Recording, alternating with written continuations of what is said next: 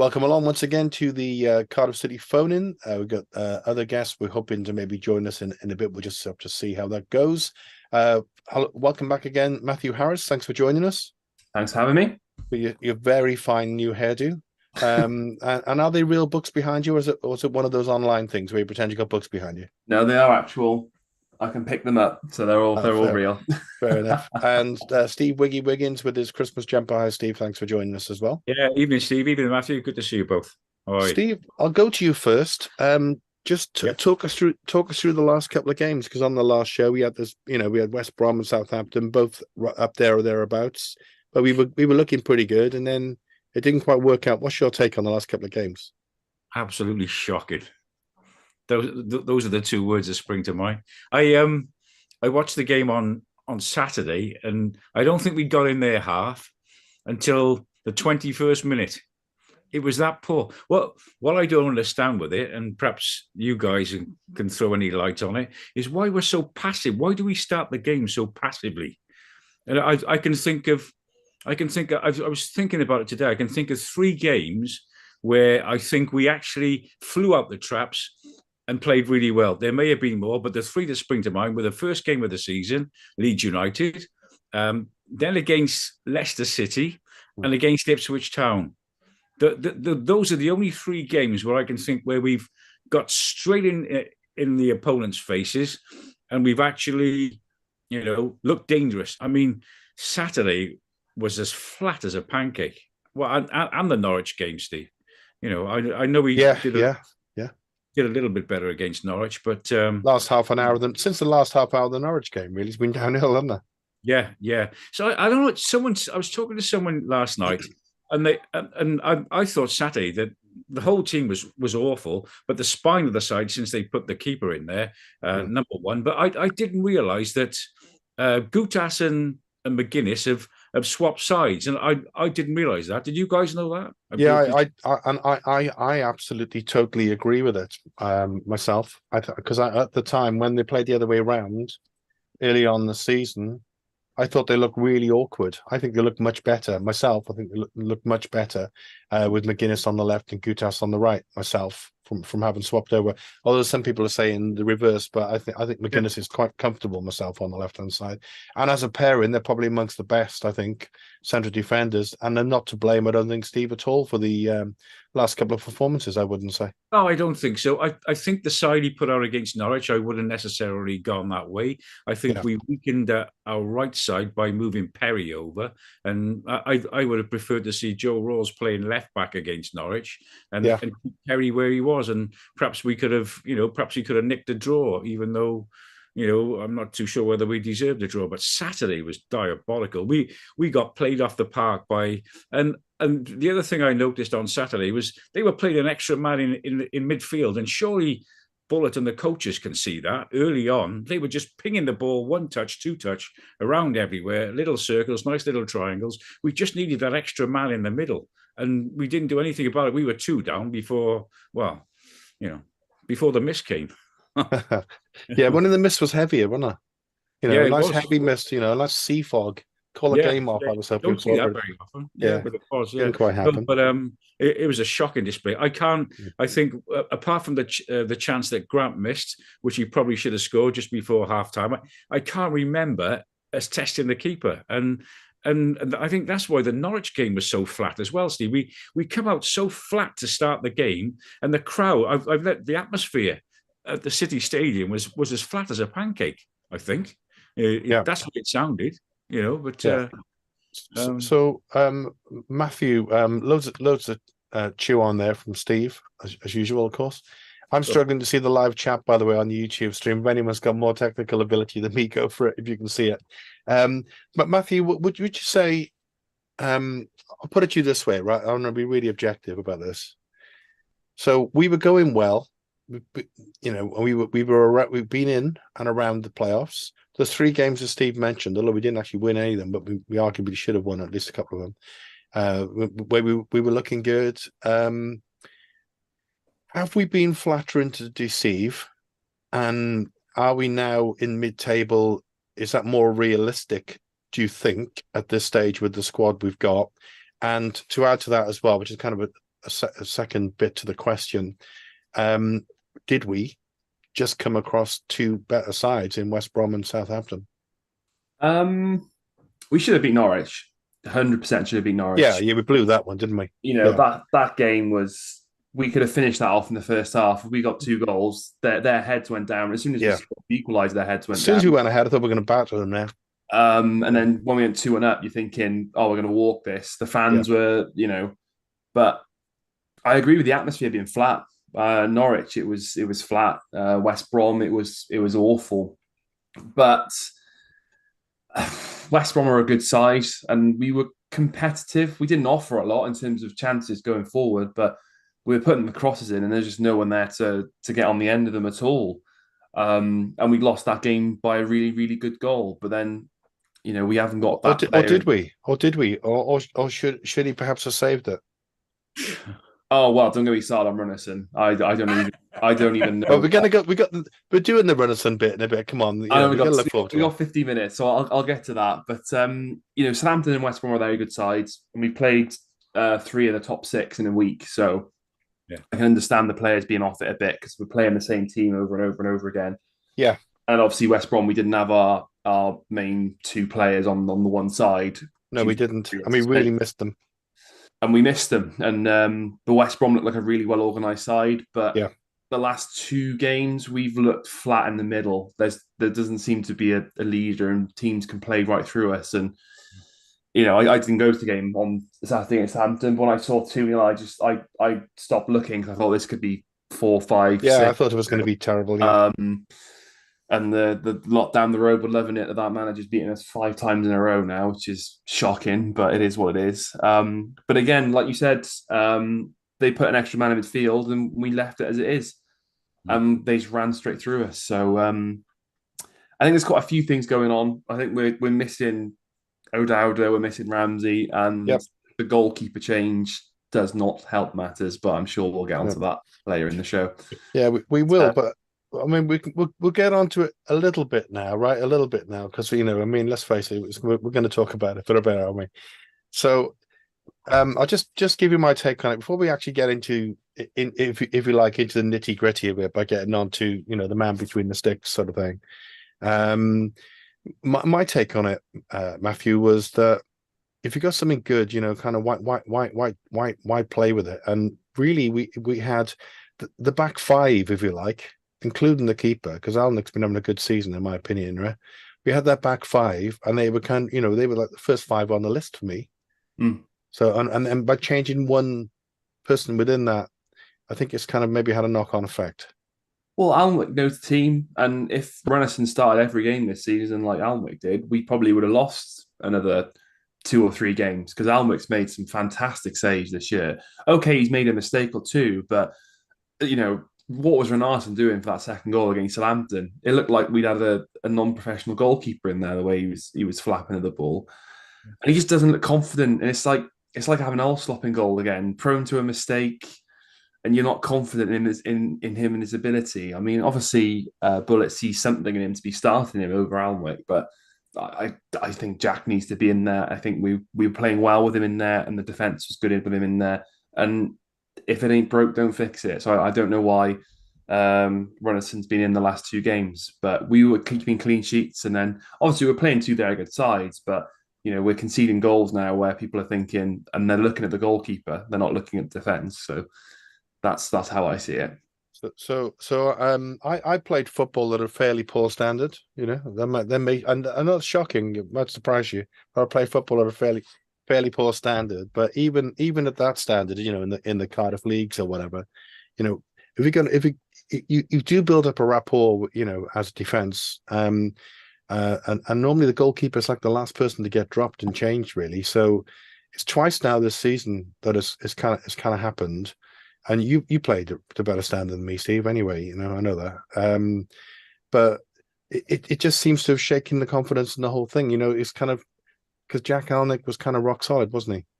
You need a good keeper, don't you? I mean, if you think back of all the very good teams, you can go all the way back. But I can just hear my dad used to take me, and we used to sit on those benches in the Canton stand, and if the keeper get back in your box. If the keeper even strayed out of the 18-yard box. But this fella, if you watch him, he seems to fancy himself as a bit of a sweeper. I mean, but his distribution, Steve, when he was throwing the ball out, and Matthew would have noticed as well, when the angles he's throwing the ball out to Collins and Perry, they got nothing to work with, and then teams have sussed us out, haven't they, Steve? I mean, they know that if they high press us and we're trying to play out from the back. I mean, I caught up with Match of the Day, and even Manchester City got caught out a couple of times against Spurs. And you're talking about, multi-million-pound players there.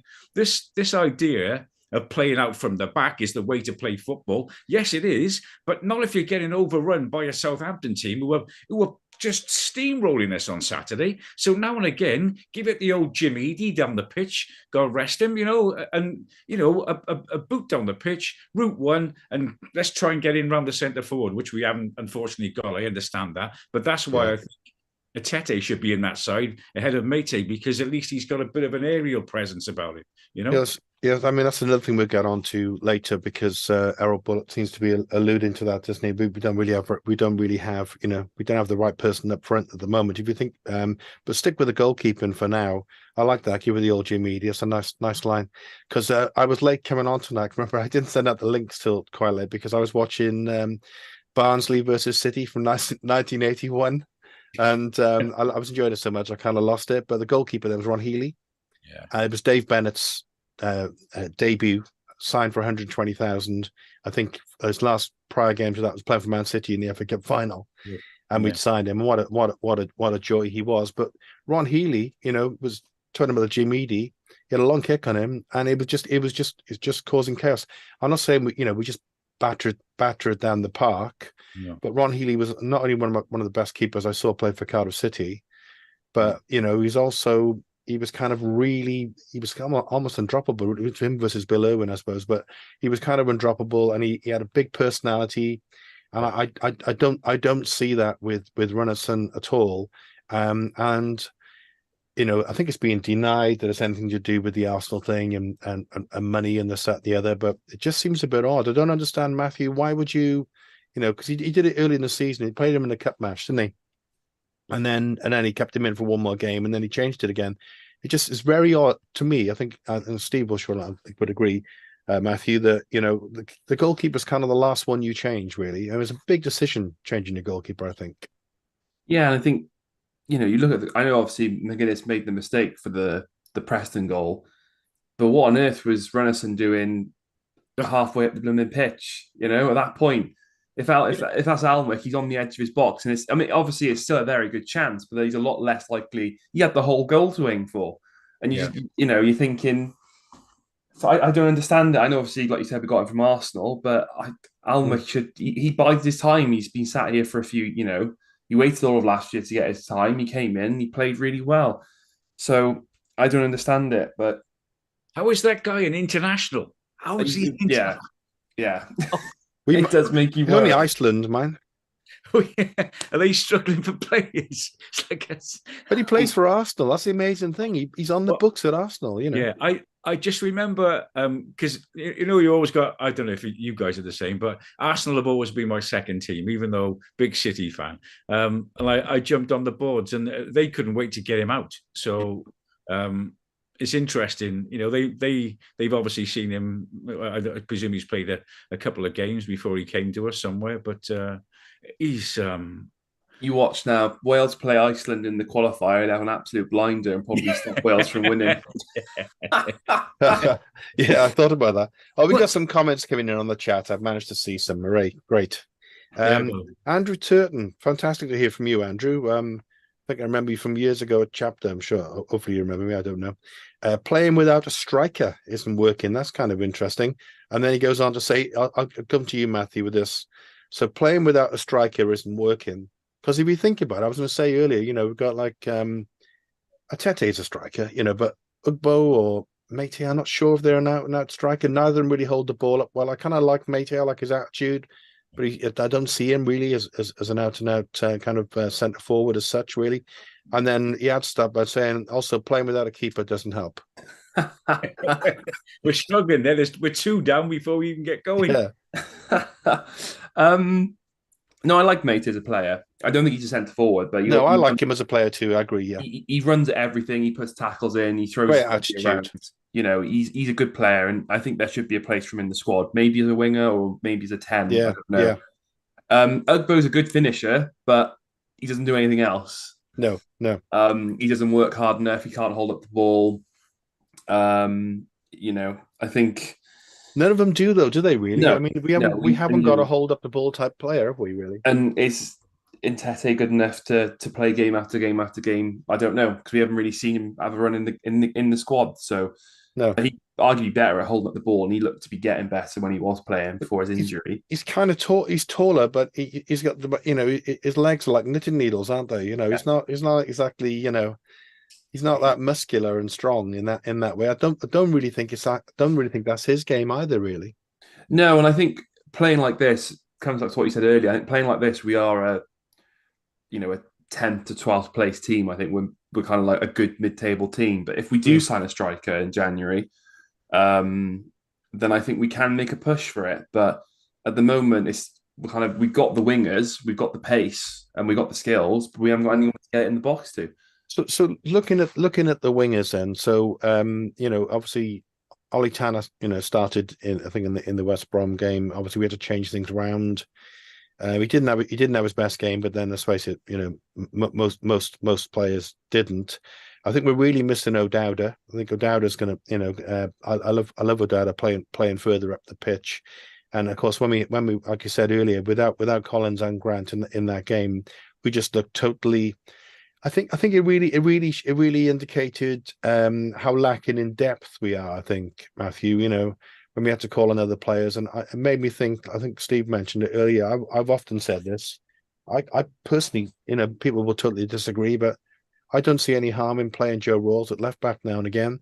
I mean, the other one, he actually looked all right when he came on towards the end at left back. Actually, was Panzo. You know, he's a left-footed defender, so and we got to remember maybe change formation a bit. You know, I don't know.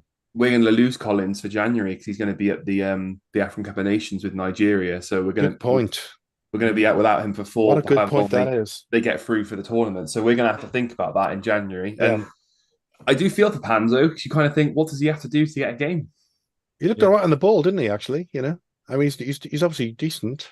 He's a good player. I mean, I remember him with Coventry. He's very assured on the ball. I think he made a bit of a mess of a goal at Ipswich on that near post, but he's not someone I wouldn't be. You know, it's almost as if Bullet seems to be afraid to play him. And I don't know. Obviously, we don't know what goes on in training, but he's a decent championship defender, isn't he, guys? Oh yeah, for me, yeah.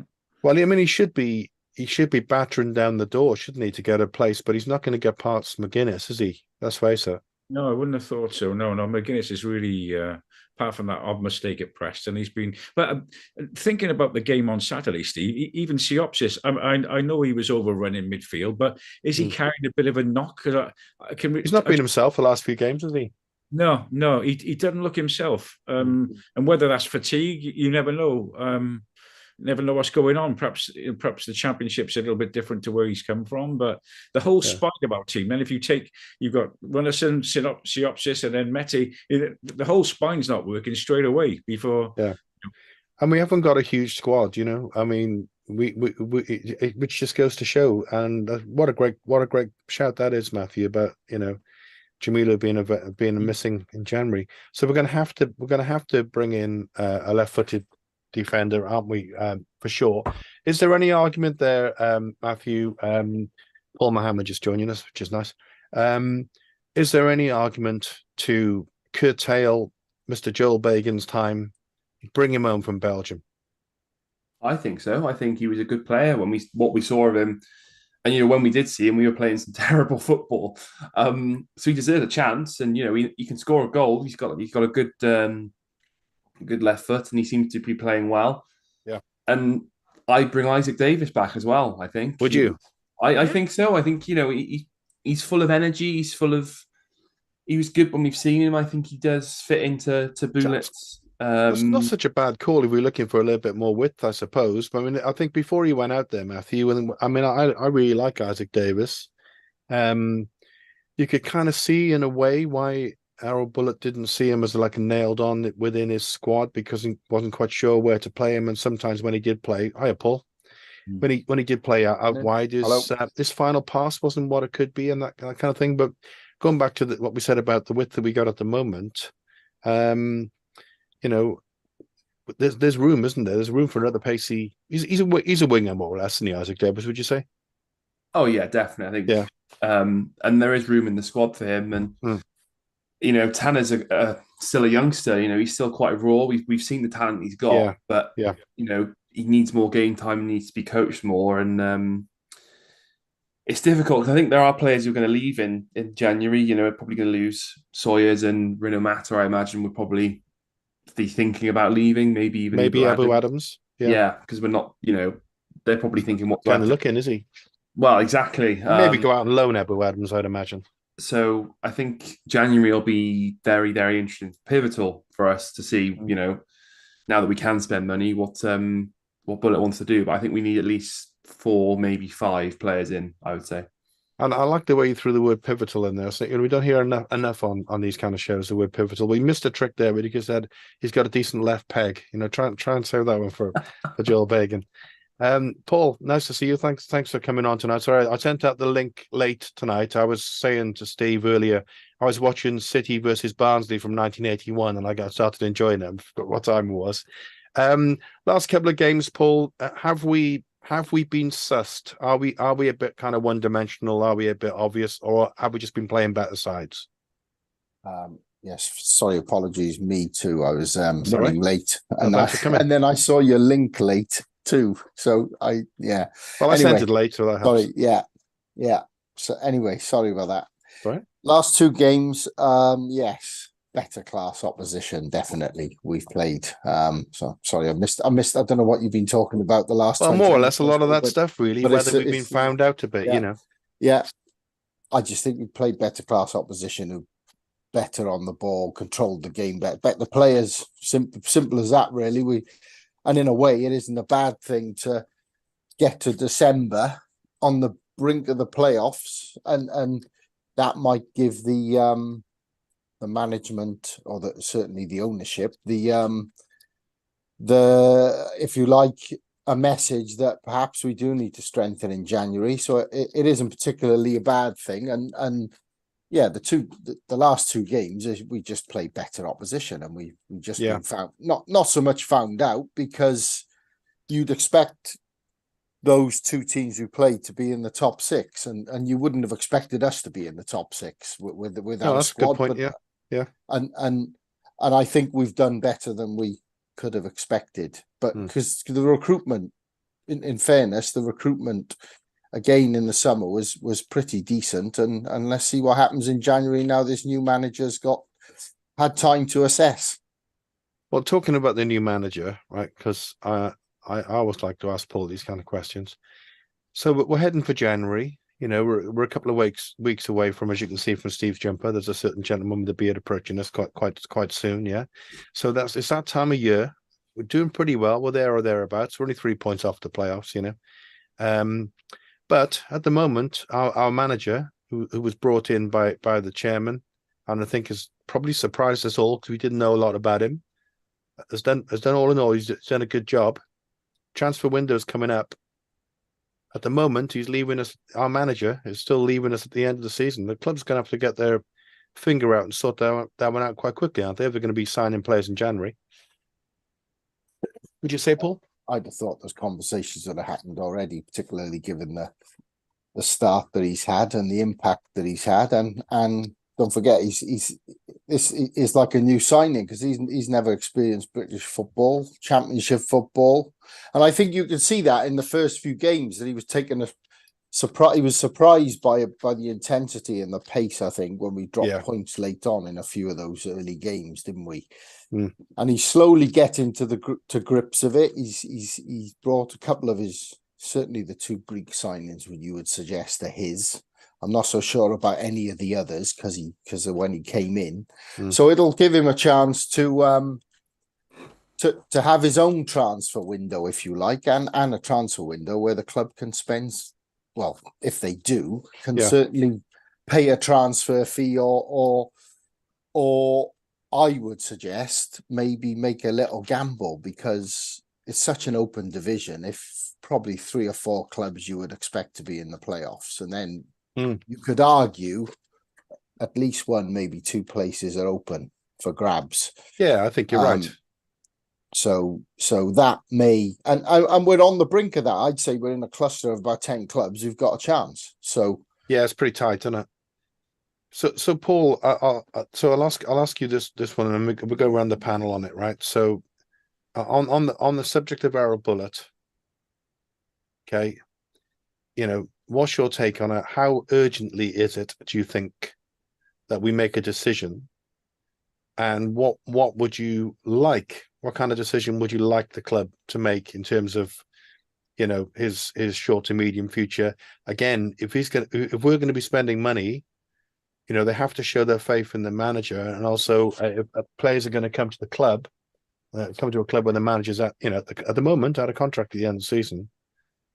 Would you say is fair? How urgent is it? Do you think that we need to sort that one out? I would have thought that it's probably, I don't think it's ever been disclosed. It was probably a 1-year rolling contract with an option again, because they give them rolling contracts to the last few managers, haven't they? So I would suggest it's probably something like that. And you generally get to about December, January, then you start talking about new contracts. And I don't think it'll be any different with this new coach, who's probably shown enough to the owner that he's got his trust.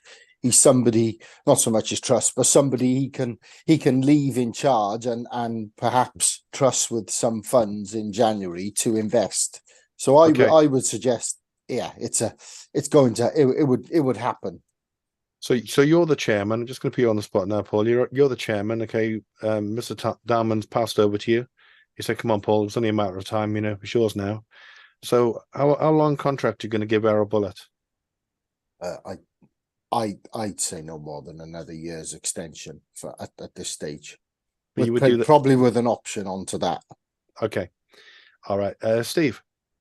Yeah, I'd say I'm with Paul. I'd say 2, 3 maximum. I mean, we were caught up with. Did we get caught up with McCarthy?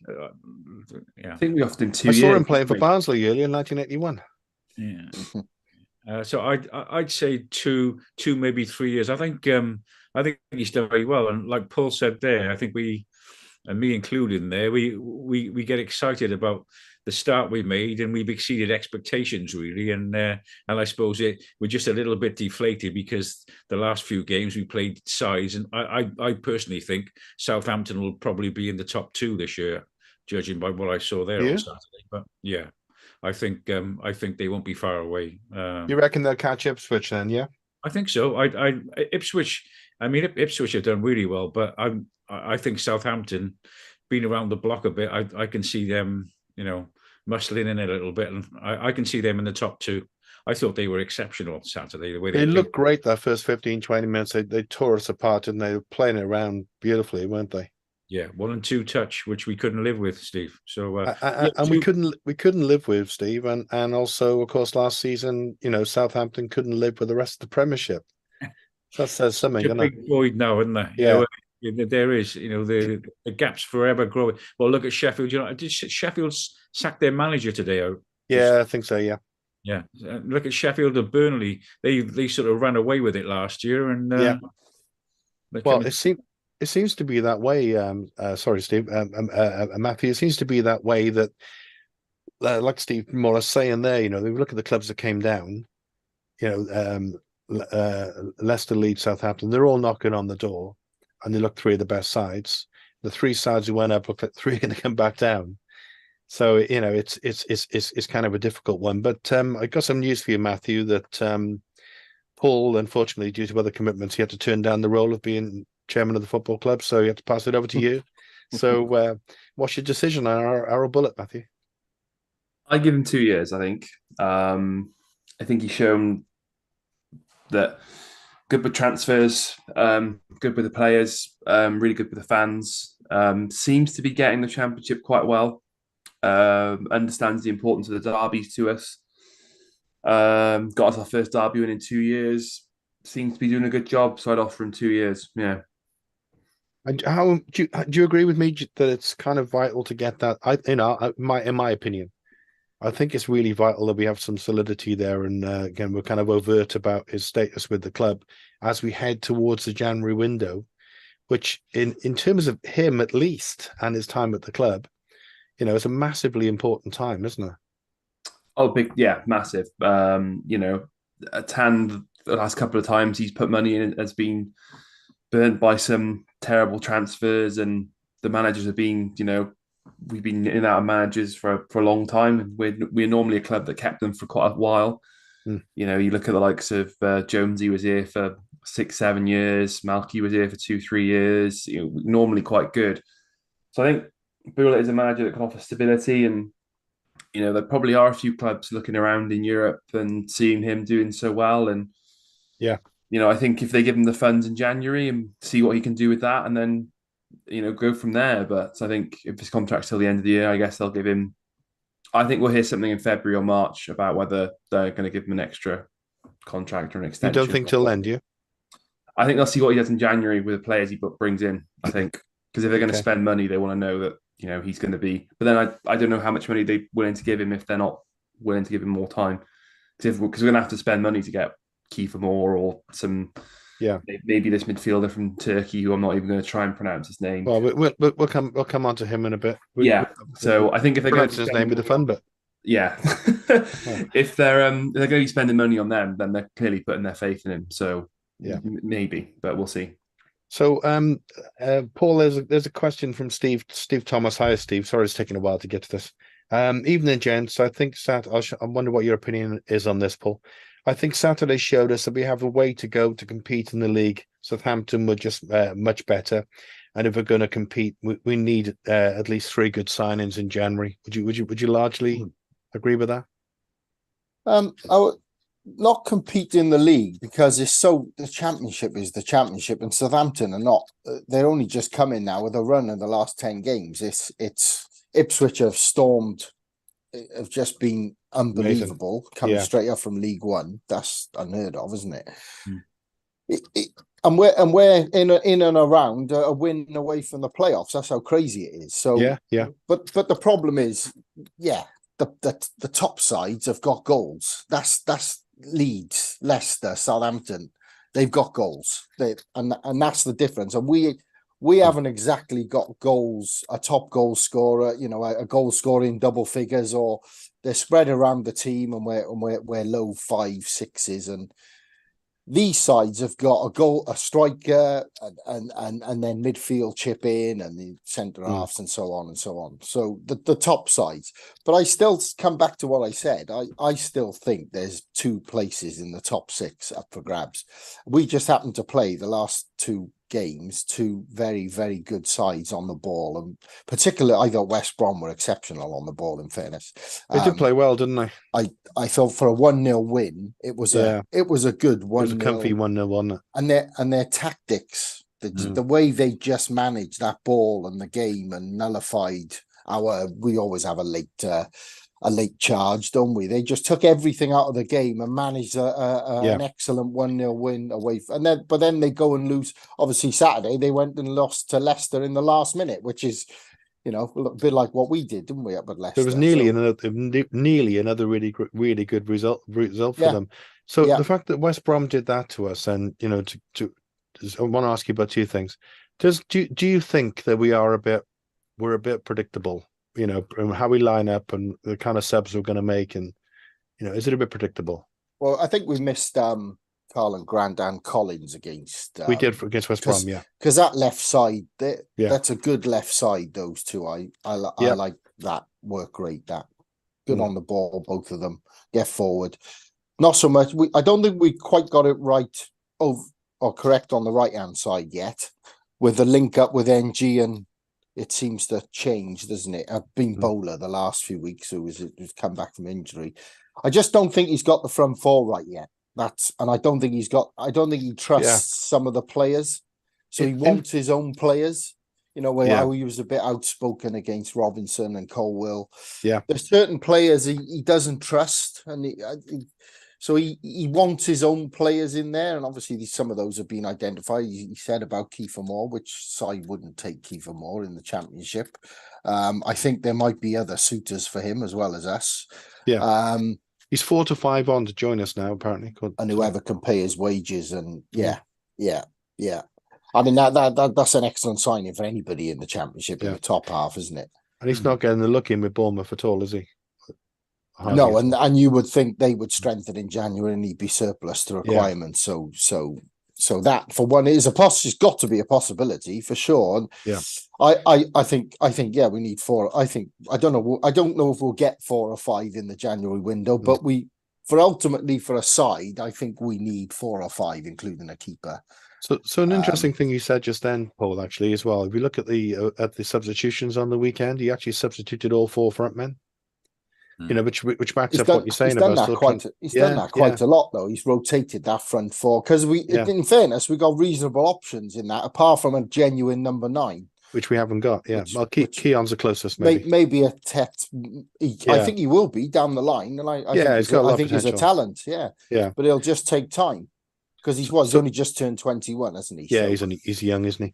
But the question we got to put to you is, I saw a comment on it. We don't want to pick on players particularly, but I'll put it a different way. I did see a comment about, is he the worst thing, Frank Parsons? But we'll leave that one for now.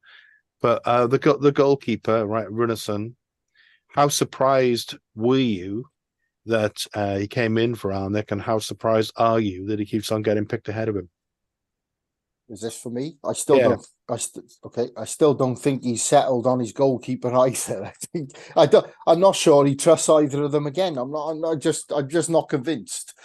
Runarsson comes in maybe because he's better with the ball at his feet. Alnwick's probably a better shot stopper. Runarsson's inexperienced. I just think we need a goalkeeper. I think we need a number 1, not 2 number 2s who he's not sure about. That's my summary of those 2. It's funny, isn't it? Because Allsop, and a lot of people had issues with Allsop. He wasn't my favorite keeper by any means, but as a footballing goalkeeper, like a goalie when he had, he did that kind of stuff. He was known for doing that kind of stuff. And then of course we had Dylan Phillips, who's out on loan somewhere in Belgium. We don't even know if he's playing. So the goalkeeper is quite a critical one. And over the years, Paul, we've had we've been spoilt really. Haven't we had some really good keepers, haven't we? Yep, but Marshall and so on, and the likes. I think somebody like Danny Ward at Leicester. I've heard that name come up. I think so. He's isn't playing, is he? And he needs to play. And I'm just thinking, just clinging on to the Welsh thing, maybe. But with him and Kiefer, I think that'd be 2 decent signings personally. And definitely, and his midfielder ball player he wants, and Ramsey back, and. Then I think the side starts taking shape. Personally, can we just whiz around between all of us? I'll go to you just very quickly, Paul. I'll stick with you, and I go to Steve. Favorite City goalkeeper in your time? Andy Dibble. Andy Dibble, good call. Yeah. Okay, Steve. Well, I always like Bilou, and that's going back a bit. I know. Oh yeah, good keeper, Bill. But I also like Ron as well, Ron Healy. One of the best keeper, but he inspired me to. I had a little spell between the sticks because of Ron Healy. So, but I good keeper. But we've had some good keepers lately, like the guys have said. Even Heaton. If you think we have Marshall and Heaton, good keeper. So 1 and 2. That was a good 1 and 2, wasn't it? Yeah. It's a good 1 and 2. What about the young and Matthew? No mention for Dimi Konstantopoulos. No. Wasn't he the Swansea spy? As a kid, Neil Alexander. Probably David Marshall. Yeah, it's funny. Neil Alexander, David Marshall, and Tom Heaton, they've all been on the show. They were all guests on the show. And they're all just, as it happens, 3 of the loveliest people you'd ever meet. Really, really, really nice people, and also great goalkeepers. Steve, I'll come back to a question here from Steve Thomas. And he's just really going back to what we talked about earlier. I'd give Errol 2 transfer windows next season. Then it'd be his team. and he can sink or hopefully swim. And I think sink or hopefully swim, of course, reminds us of Mr. Martin's antics at the end of the game on the weekend. But we won't go into that in too much detail. But the name that's coming up is Anastasios Bakasetas, who is the Greek captain. Steve, yeah, he's the Greek captain. He's at Trabzonspor, I think, in Turkey. He's refused 2 contracts. Of course, Siopis also turned down a contract and apparently paid some money to actually leave his club. And then we got Gutas. Again, it's ironic. We've got a Turkish manager, and he seems to be attracting all of these Greek footballers. Yeah. But Bakasetas, I looked on Transfer Market for what it's worth. They reckon he's worth about 10 million. You know, they reckon, and I mean, but he'll be able to, I guess, maybe negotiate a way out. There's no way we're going to spend any kind of money like that. But it's a rumor doesn't seem to be going away, Steve. No, I don't know of him, but he's a midfielder, Steve. But is he he's a goal scorer? It's a goal scorer midfielder. What's a goal scorer? So is he in the Ramsey mold then? Well, yeah, he scores goals. Yeah. Yeah, which would be great, and we do need backup for Rambo. But on the evidence of the last 2 games, I just hope he's fit, because when you look at the last 2 games, we see miles off fitness-wise. And they were 2 really good teams, but look at the way those teams press the ball. And the way they move off the ball as well, Steve. They just seemed a lot faster than us. Both those, particularly Southampton, I think. Yeah, so we need some energy in the middle for sure. Whoever comes in. So, but I think he'd be a good sign. I don't know what he's like. I've not seen him play, but if he's Greek captain, he must be half decent. So yeah, well, I don't know. It's just the rumors knocking around, because what Siopis is. I think if we look at Siopis, Matthew, as a player, he's a class act. He's come here, and I think a lot of that's to do with Mr. Bullitt, and I think that maybe that's the same with Bakasetas has a link with him. And maybe it's the kind of thing, maybe, coming from those kind of leagues and coming to the Championship. I don't know. It would be lovely if it happened. Bakasetas do the Ayatollah, see it ringing around the ground already. Yeah, no, I think it'd be good. It's the opposite. It's been a while since we had a midfielder who leaves it all on the pitch, puts the tackles in, happy to make a pass, happy to make the movement, and reminds me a bit of Aaron Gunnison in a sense. But a better footballer, I think. Yeah, and he leaves everything out on the pitch, and if they can put him in there with the player he's used to playing with the national team, and make it all happen, then I'm all for it. But are we getting into the wages and the fees being paid? Is back into that risky territory, It seems very unlikely. It seems ridiculous, but he is apparently turning down offers, and it just struck me a little bit similar to the situation. There's no reason Manolis Siopis is a top class player, but he's ended up coming to Cardiff City. So I wanted to ask you, Paul, about Callum Robinson. So he didn't have the best game on the weekend, but I think it's a bit disappointing to me this season in general. 1.5 million from West Brom, which is, by our standards, was probably our most expensive signing for a while. He doesn't seem, Paul, to be taking advantage of the absence of Ramsey to sort of make his mark, does he? Not quite working out for him at the moment. No, I come back to what I said earlier. He was outspoken about Robinson, the coach, wasn't he? Yeah. It's our head coach, not a manager. It's a technical term. He's a head coach. Which tells me that I don't think he trusted it. I'm not sure he trusted his work rate, and he could trust him in that position, which is, I think, the same as you could say about Colwell, but he's a bit younger, and there's a difference. Whereas Robinson's a very experienced, and I like Robinson. I think he's a very, very good player, but I don't know. He's just never settled in the.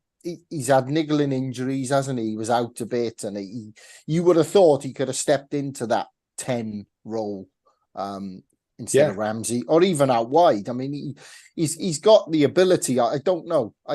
I think he's one that if they had an offer for him, because he's one of the highest wage earners, I agree. I'm pretty sure that if there was an offer for him from I don't know, a Preston or somebody, somebody in and around us, I think he would be one of the ones to be sold.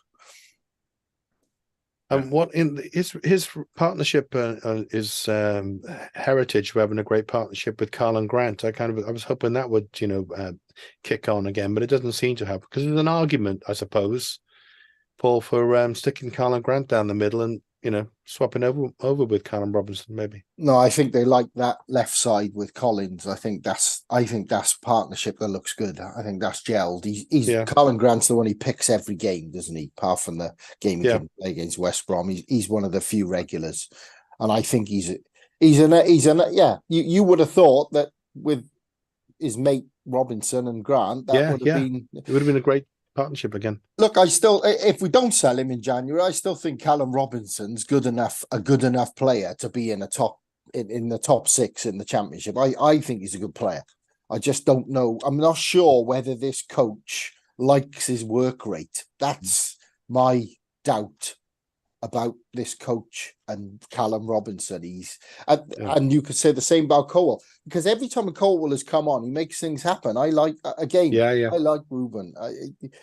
So let me ask. He would have got a run, more of a run. He still hasn't got a start in the Championship, has he? So no. So I'll ask you this one first, and I'll go to Matthew and then Steve.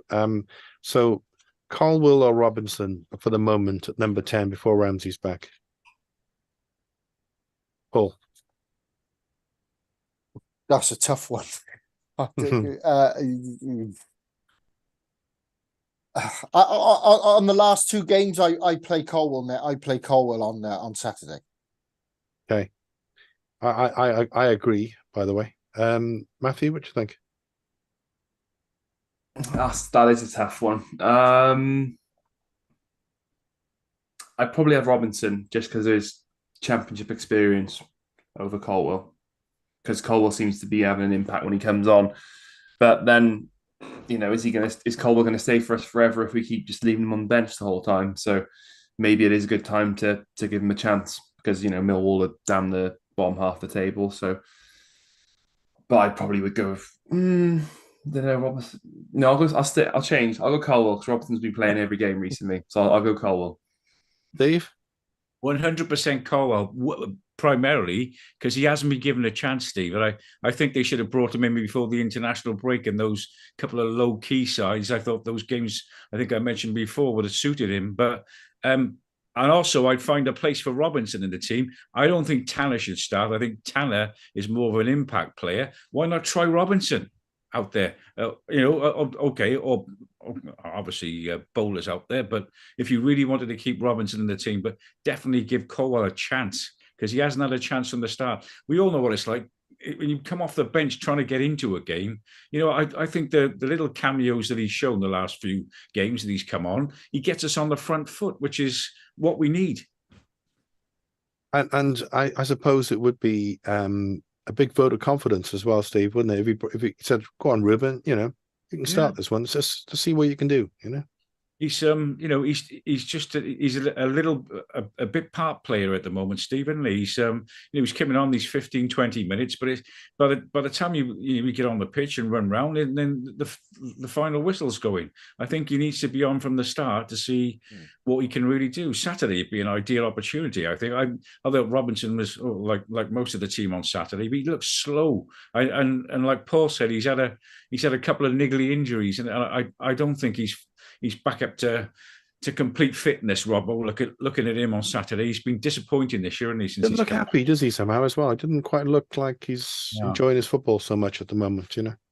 No, but I'd definitely start Colwill Saturday. But well, by the way, Paul, it's an interesting one. My daughter, she went away for the weekend with her boyfriend to Barcelona, right? And so she travelled back today. I guess who's on the same flight with her? All the City players. Oh, Christmas party, was it I don't know. In Barcelona. They must have gone straight after Barcelona from the game. I think they went straight after the game Saturday, didn't they? Yeah. Maybe they were thinking of their Barcelona champagne and oysters or whatever before they. Well, that might be a fact. Was Ruben on the plane? He might be the only sober one on Saturday.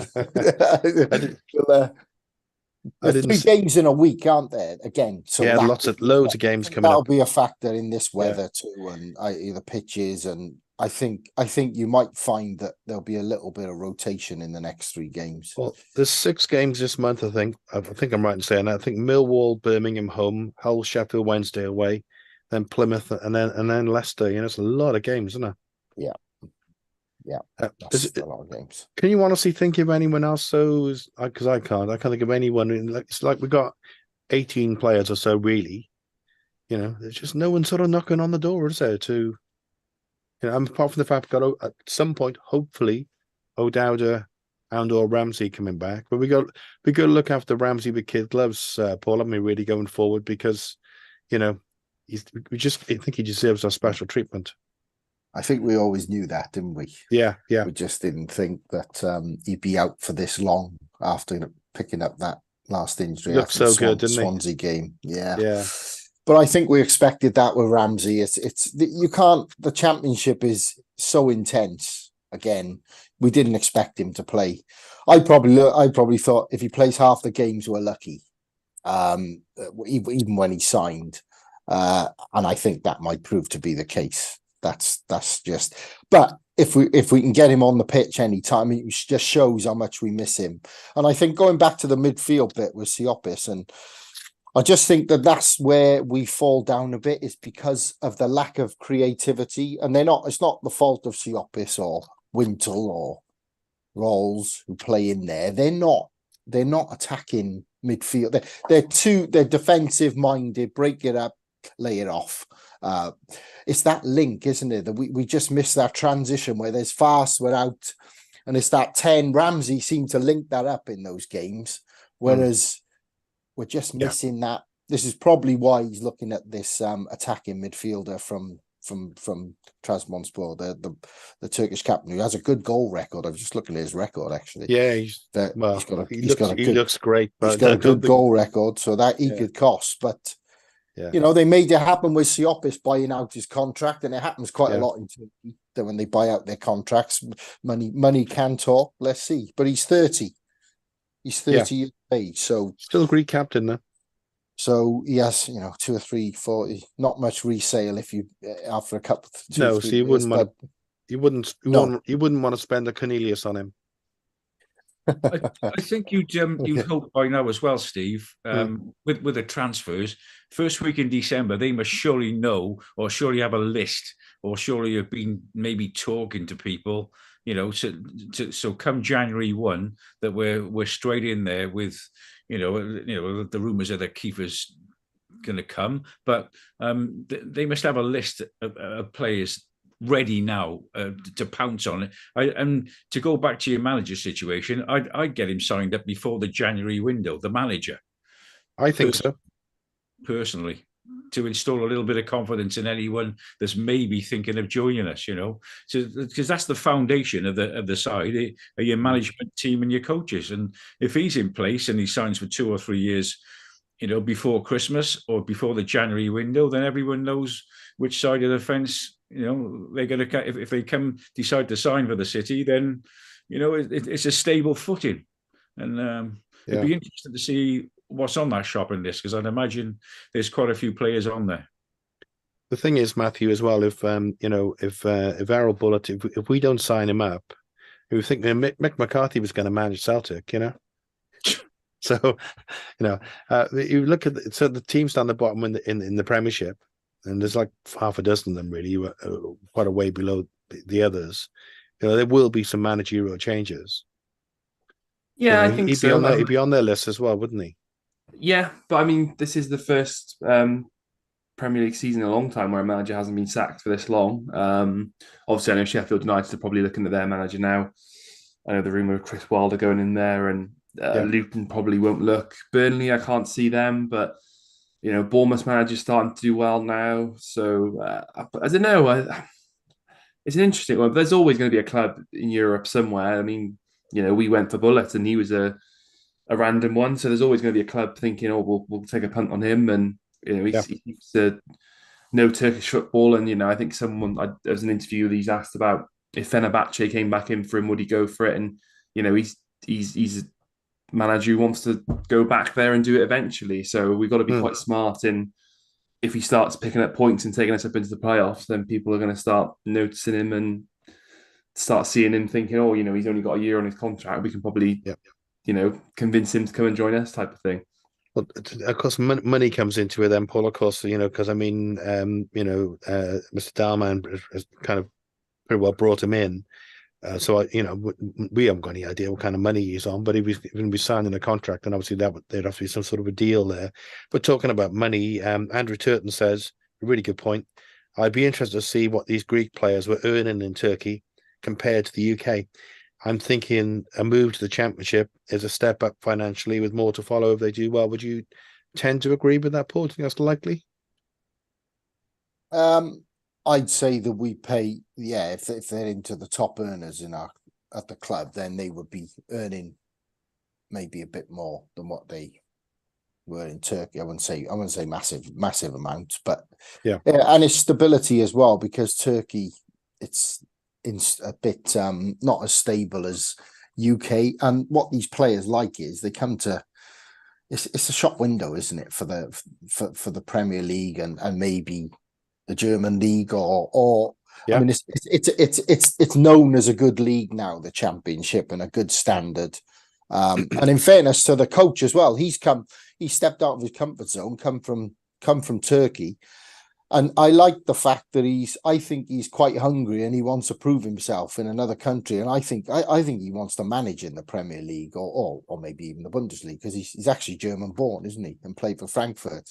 So he's German Turkish, effectively, isn't he? So I like the fact, I like that when there's a point and there's a hunger I think he's got a point to prove and he wants to show that he can do it in the UK. So yeah, I like that, which is why I think I think they will. I think he's shown enough to give him the backing in January, and the owner's always backed. He's backed most managers. There's never been a problem with that, has there, in the past? So I think it'll be interesting to see how much he is backed in January, and I think he'll get at least another year at the club, and I think he'll want another year in the Championship. Yeah. If we stay in the Championship with his squad. Yes, yes. Oh, absolutely, yes, yes. To give him the chance to have his players. Yeah. Personally, as just in terms of his pure personality, the way he comes across, the way he does stuff, he's the manager I've connected with the most with for kind of years. I think he's really got something about him which he can kick on and become a bit of a hero, and someone will always have a special fondness for. I think, but he's a bit different, isn't he? Let's whiz round quickly. Millwall, Birmingham. Quick predictions, Steve. I think there's 6 points up for grabs for sure. Millwall, you never know. I'm going to say 4 points there, Steve. Maybe a draw. Millwall, Birmingham, 3 points. And wave at Mr. Rooney. Yeah. Matthew? I think 4 points. So I think we'll beat Millwall and draw at Birmingham. Okay, Paul. I think same. Win Saturday, draw next week. Right, I was going to say we take 4 points to next two games. I've got to say 6 now, haven't I? So it's just got to be done. Always the optimist, Steve. Always the optimist. Let's hope we get back on track. Thanks all. Cheers